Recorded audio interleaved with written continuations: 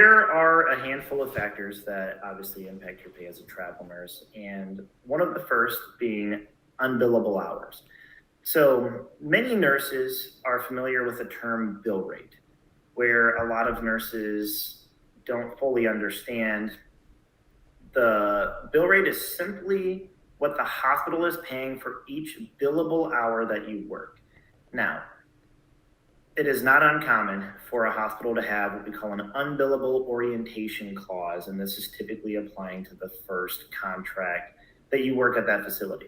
Simply put, they don't want to pay a certain amount, or they don't want to pay anything for a certain amount of time while they deem it orientation, where they're just showing you where stuff is. Let's use 18 hours as an example.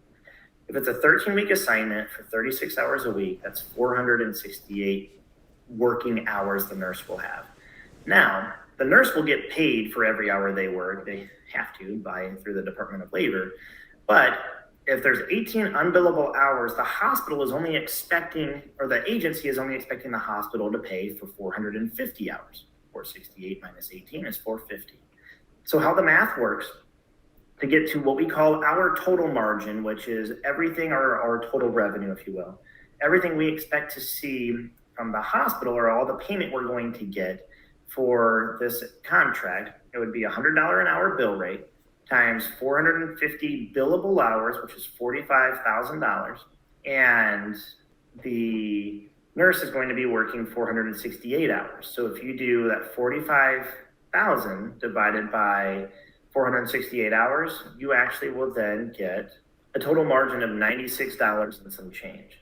So even though the bill rate is $100, the total margin that the pay package comes from is only 96. So if you hear an agency say we have a 21.5% gross margin like Nurse First, or a 30% gross margin like some of our competitors, they keep 30% of that $96, and your total compensation would be 70% of that. And that's compensation plus the burden associated with that, which, is a whole other thing to discuss. Another place where money is lost is through the utilization of MSPs or VMSs, the technology maybe that can be in the middle, if not the actual organization itself.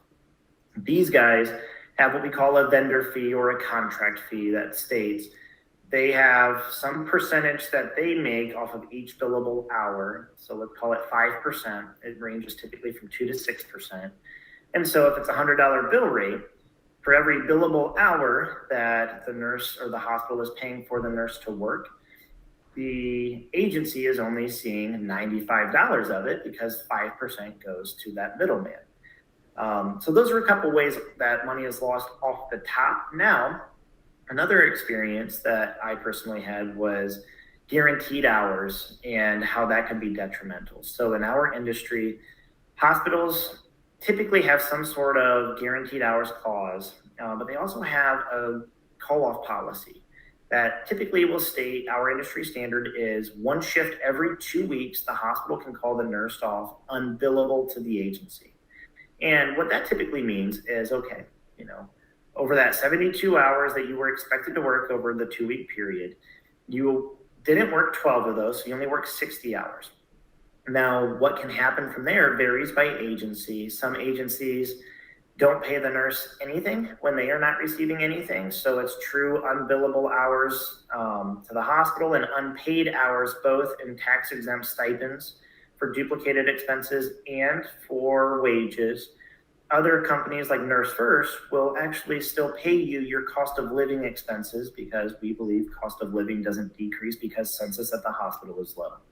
So those things can impact how much you actually make on assignment compared to what was expected to be made when you were quoted your pay.